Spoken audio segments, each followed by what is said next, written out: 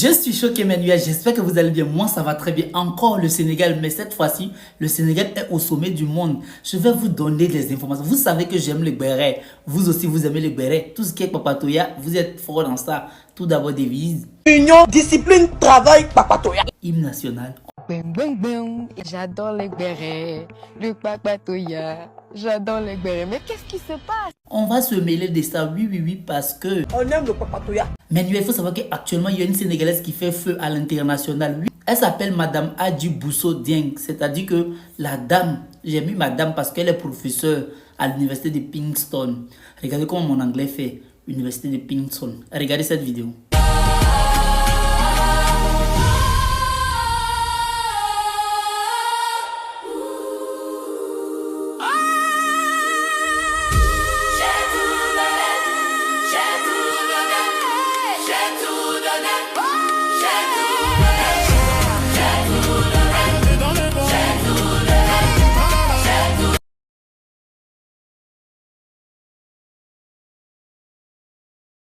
Ah oui, oui, oui, dans la vidéo que vous venez de voir, elle a été nommée par le secrétaire général de l'ONU, M. Antonio Guterres, comme professeur dans les recherches de l'IA en Afrique. C'est-à-dire que parmi 40 personnes, je pense que c'est la seule femme noire à être nominée dedans.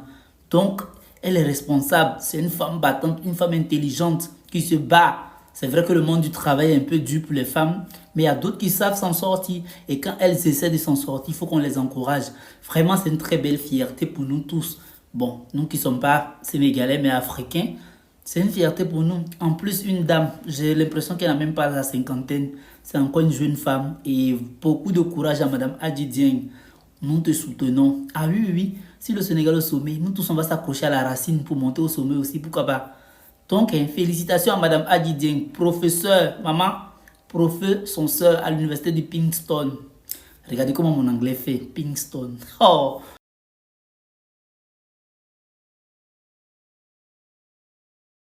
La femme sénégalaise la plus intelligente en Afrique. Ça, c'est mon avis. C'est pas pour insulter l'intelligence des autres sœurs africaines. Mais pour moi, je prends ça sur moi, la femme sénégalaise est la plus intelligente. Elle parle en termes d'idées et en termes d'arguments, contrairement aux autres. La femme sénégalaise commente peu les événements, contrairement aux autres sœurs africaines qui restent sur les événements. Allons un peu sur l'histoire qui pilule la toile actuellement, l'histoire du Challenger House. C'est là-bas que toutes nos sœurs sont concentrées à commenter cela. Pourtant, quand on regarde le fond, c'est un événement qui ne nous sert vraiment à rien. Voilà là où les Sénégalais sont concentrés, à tutoyer le toit du monde, à valoriser le Sénégal et à se chercher une place au niveau de l'échelle internationale. Elle est la première, elle était la seule parmi les 40. Elle a fait prévaloir son intelligence, l'intelligence sénégalaise. Elle s'est hissée sur le toit du monde. Mais quand on regarde les réseaux sociaux avec nos autres sœurs, ce sont des histoires, des commentaires inutiles, des choses qui ne servent à rien. Elle est une femme. Combien d'entre elles l'ont posté sur leur page ou ont commenté cet événement? Je doute qu'elle soit même au courant qu'une Sénégalaise a été nommée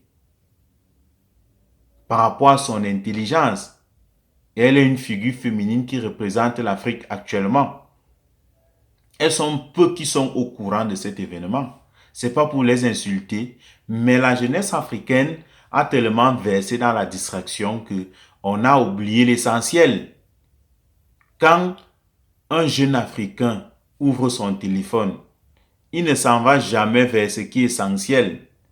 Il s'en va regarder où il y a la distraction. Et on a normalisé cela chez nous. Parce que quand tu veux parler de ce qui est utile ou de ce qui est important, tu ne seras jamais suivi. Tu n'auras jamais l'audience. Tu n'auras jamais les vues. Mais essaie un peu de parler des choses qui ne servent à rien, des choses inutiles, de la distraction. Tu vas te rendre compte que tu seras suivi. tu auras l'audience du monde. Même si tu insultes les gens, même si tu dénigres. Et beaucoup ont été obligés de verser dans ça, dans ce mode de fonctionnement, parce qu'on a normalisé ce qui est anormal dans nos sociétés. Quelqu'un pour percer sur les réseaux de nos jours est obligé de passer par la boue, de passer par la bêtise. Personne n'est prêt à payer le prix de la bonne éducation, le prix de ce qui est utile. Parce que quoi? On n'est pas patient dans la vie. On veut la réussite là et maintenant. On ne veut pas prendre le temps pour travailler, mûrir et gagner en expérience avant de pouvoir récolter quoi que ce soit. Il faudrait que tout aille vite. Il faudrait que le résultat soit là. Et on utilise donc les raccourcis. Les raccourcis qui nous mènent à la bêtise. Et on ne peut plus parler de ce qui est essentiel, ce qui peut construire la société africaine, ce qui peut être utile ou qui peut profiter à notre société. Voilà notre gramme. Les réseaux sociaux ont échoué chez nous. Parce qu'actuellement, au lieu de parler du Challenge of House, on devait célébrer notre sœur. Mais combien en parlent? Combien on fait des vidéos ou bien on fait simplement des posts avec un texte, les blogs. Les blogueurs, comme les blogueurs combien ont posté. Les vlogueurs combien ont commenté la nomination de notre sœur sénégalaise. C'est notre sœur, c'est notre honneur, c'est l'Afrique qui gagne.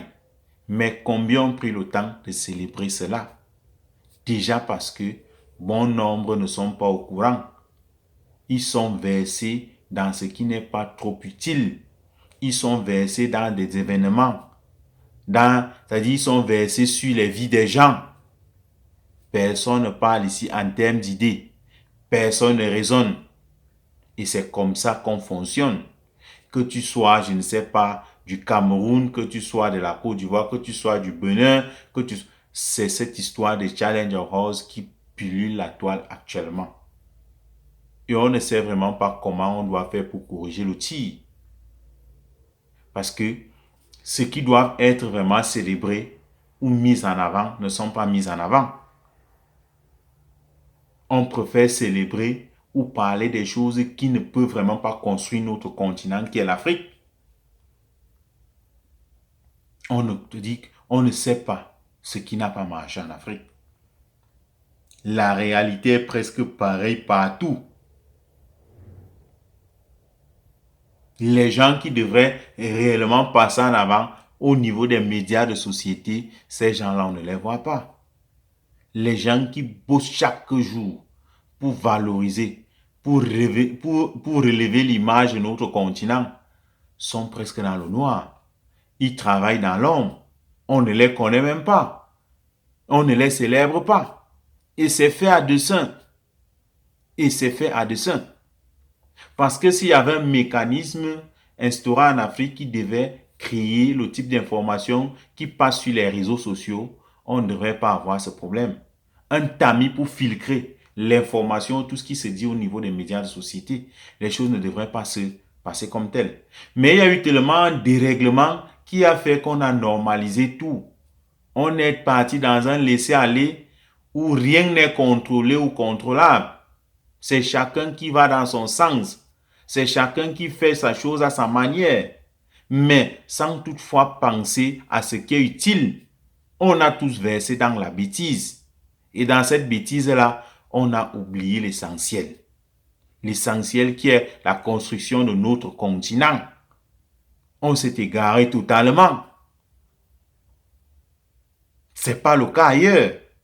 Les médias de société dans d'autres sociétés sont contrôlés, organisés et structurés. Je crois bien aux États-Unis, à une période là, il y avait des heures pour aller sur certains médias. Au Japon, en Chine. Pourtant, ce sont eux qui créent ces algorithmes-là. Ce sont eux qui créent ces applications. Mais c'est structuré là-bas. C'est organisé. Parce qu'on sait bien que si on laisse la jeunesse dans un laisser-aller au niveau des réseaux sociaux, ça va créer le chaos qu'on vit en Afrique. Ça va créer le chaos. Et nos gouvernants sont complices. Parce qu'ils ont le pouvoir, ils ont la possibilité de remédier à tout cela. Mais ils laissent la gangrène s'installer et faire des ramifications. Raison pour laquelle on va dire c'est fait à dessein. C'est fait à dessein. Parce que les gens qu'on devrait normalement célébrer, les gens qu'on devrait normalement mettre en avant, les gens qui devaient être une source d'inspiration pour les jeunes, on en parle peu. On n'en parle presque pas. Parce que cette dame, actuellement, devait passer sur toutes les pages. Sur toutes les pages. Elle devait être célébrée partout. Elle devait être un modèle d'inspiration, un modèle de société. Elle devait être commentée partout. Mais combien ont pensé à le faire? Personne. Personne n'a pensé à commenter ça. C'est passé inaperçu. Et je crois bien que c'est depuis hier qu'elle a été nommée, ou avant-hier. Mais personne n'en parle. Pourquoi? Pourquoi sommes-nous comme ça en Afrique? Pourquoi la jeunesse africaine est comme ça? Pourtant, on peut faire les choses différemment. On est solidaire quand il s'agit de la bêtise. Faire la même solidarité pour mieux nous vendre, pour mieux nous valoriser, on est incapable. Ça va dans tous les sens. Quand il s'agit d'un événement comme celui-ci, ça ne concerne que celle qui a été nommée. Ça ne concerne peut-être que son pays, même dans son pays. Parce que quand je vois sur les réseaux, nous tous là, on est derrière de l'histoire de Challenge of House. On est en train de vendre la bêtise. On est en train de commenter plus juste un événement qui est passager. Mais on va oublier ce qui fait l'histoire de notre continent. La vraie raison pour laquelle on est sur les réseaux. Se connaître et mieux se vendre. On a oublié cette mission première. Parler de ce qui avance. Parler de ce qui est bien. On a oublié cela. Comment on va donc soigner l'image de notre continent? On va soigner notre image en commentant que les événements, moi je ne crois pas. C'est quoi Challenge of House? C'est qui Bovan? Quand il s'agit de parler de cette dame, d'une comme celle-ci, on devrait oublier l'histoire de Challenge of House depuis hier et mettre cette dame en avant et montrer aux yeux du monde que l'Afrique a la ressource intellectuelle. Mais malheureusement, on a oublié l'essentiel. On s'est concentré plus sur ce qui ne nous sert à rien. Et voilà notre triste réalité en Afrique.